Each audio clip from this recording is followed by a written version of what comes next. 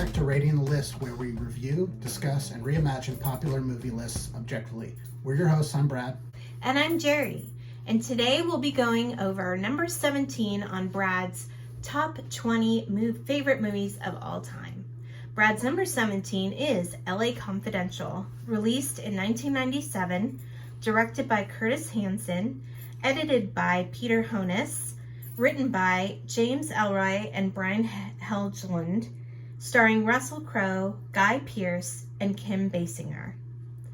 The synopsis of the movie is, as corruption grows in 1950s Los Angeles, 3 policemen, one straight-laced, one brutal, and one sleazy, investigate a series of murders with their own brand of justice. So I was really trying to think about why Brad likes this movie, because it's about old Hollywood, which I don't think is his bag. And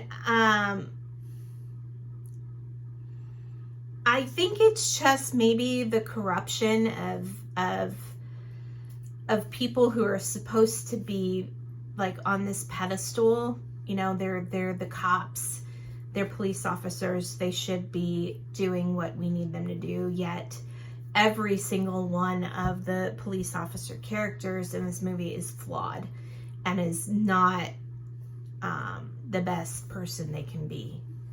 I think that might be why it's kind of like with Casino, which is his number 19.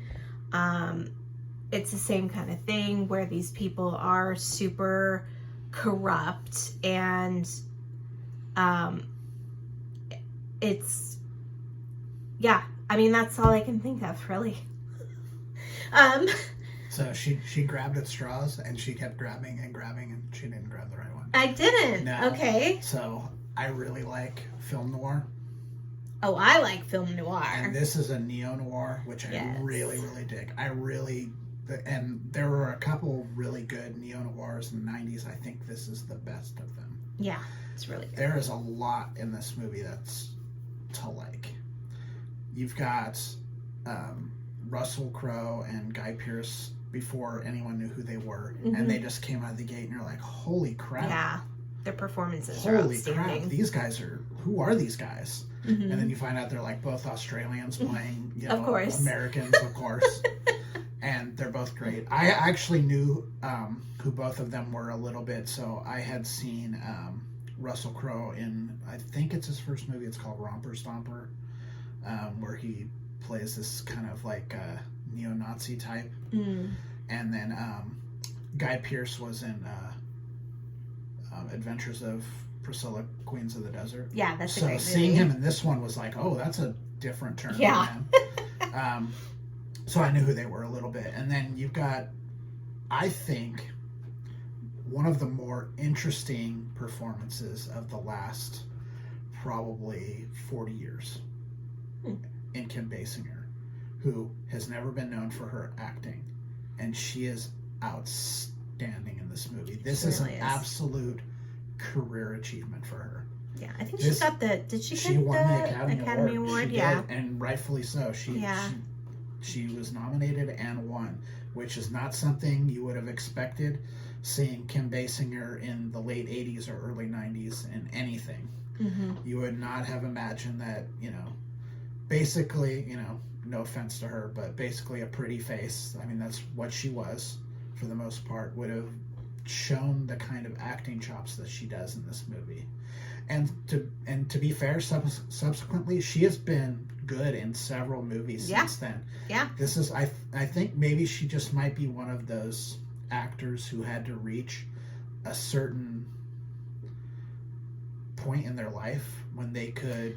Yeah, I think her maturity or something. Something about her, maybe, maybe not necessarily her maturity, but maybe her confidence in her abilities and life experience. I mean, at this point, she was a mother, divorced. She'd gone through some things in her life that she, she'd gone through some adversity. And I think that this character has gone through some of the things that she's gone through. Oh, yeah. And I think she's the right person to play a character who at first glance is only thought about for her looks. And then she meets the Russell Crowe character who sees her as more. Mm-hmm. It's probably the first man that she's ever, had in her life that's kind of shown that to her. Yeah. And I think their relationship's really interesting. Yes. I think the play between Russell Crowe and Guy Pearce is amazing. Like, every movie does especially the cop movies, whether it's a comedy or action or whatever, you have these clashing personality types, right? Someone's straight-laced, someone's the brute. I don't think anyone's ever done it better than this movie. I think it's amazing. I hate to say that certain actor who no one wants to talk about gives a really amazing performance in this movie. Unfortunately, it's on my list more than once.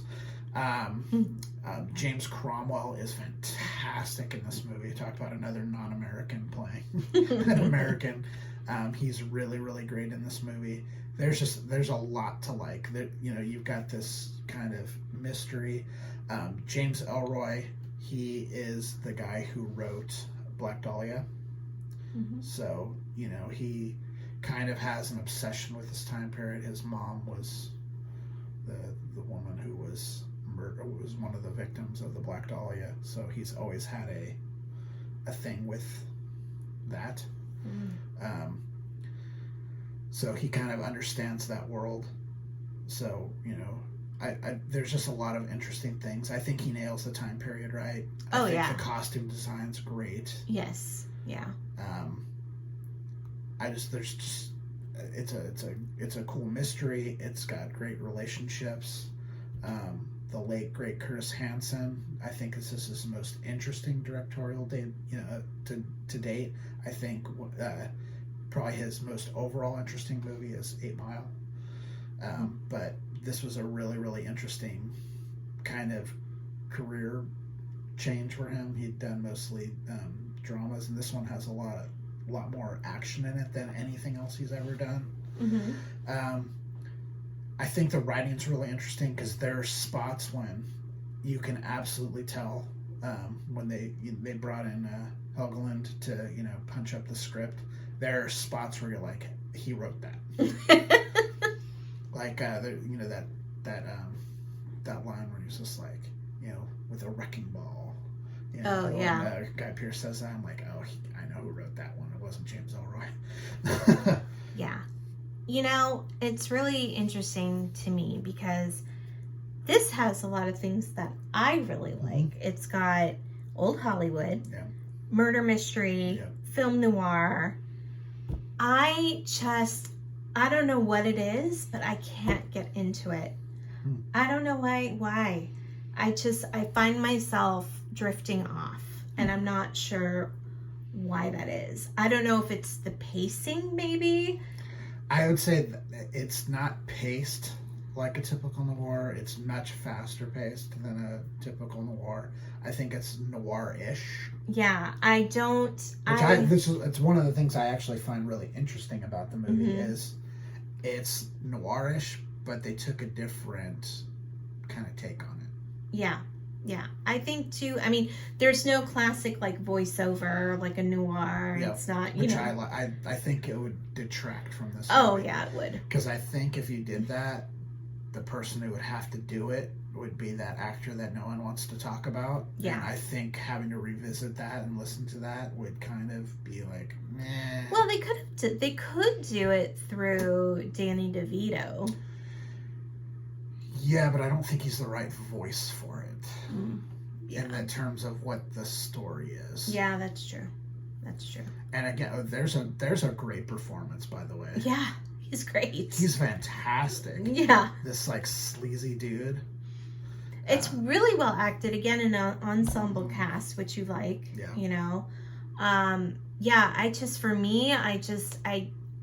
I've tried to watch this movie a few times with you, and for some reason, it just doesn't grab me. I don't know why. That's how some movies are. Yeah. But it is really well made. Mm-hmm. It is an interesting story. It's the acting is great. Like the costuming, like you were saying, is phenomenal. Really gets the feel of old Hollywood for sure. Yeah, the thing that strikes me the most is like a lot of times when you have like the brutish police officer, you kind of don't buy it.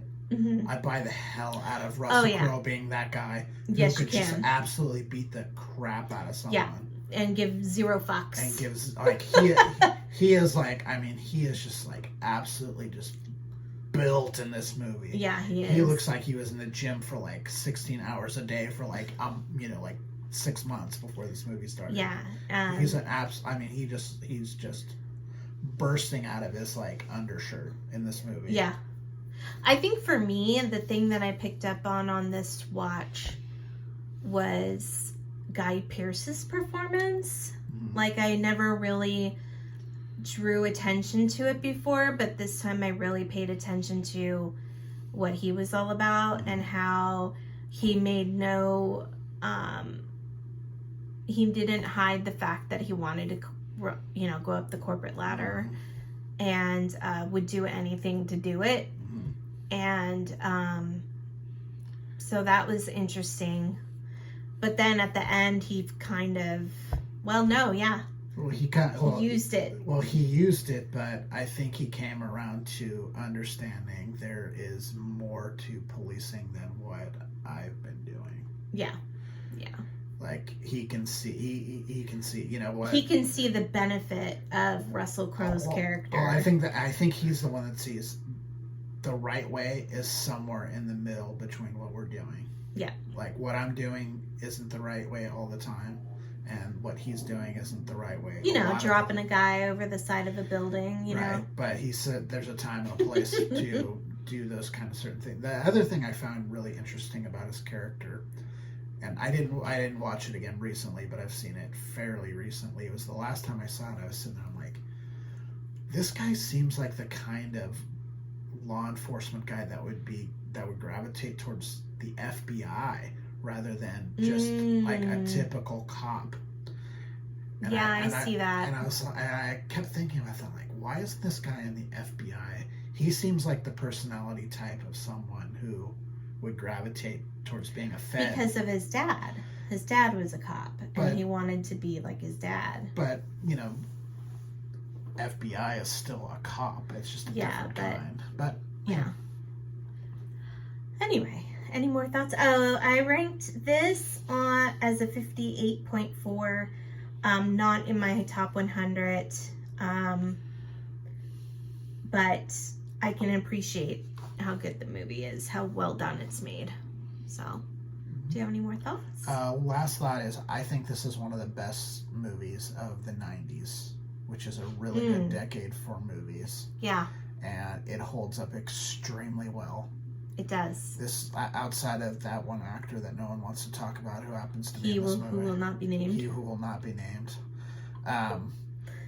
Outside of that, you know, there's really nothing about this movie that, you know, you could have made this movie in the 70s, and I think it would have been fairly similar. I think you could make that movie today, and it wouldn't be that dissimilar than what it was, you know, 25 years ago. Yeah, that's true. That's true. All right, if you've seen the LA Confidential and you have some opinions about it, please leave them in our comment section.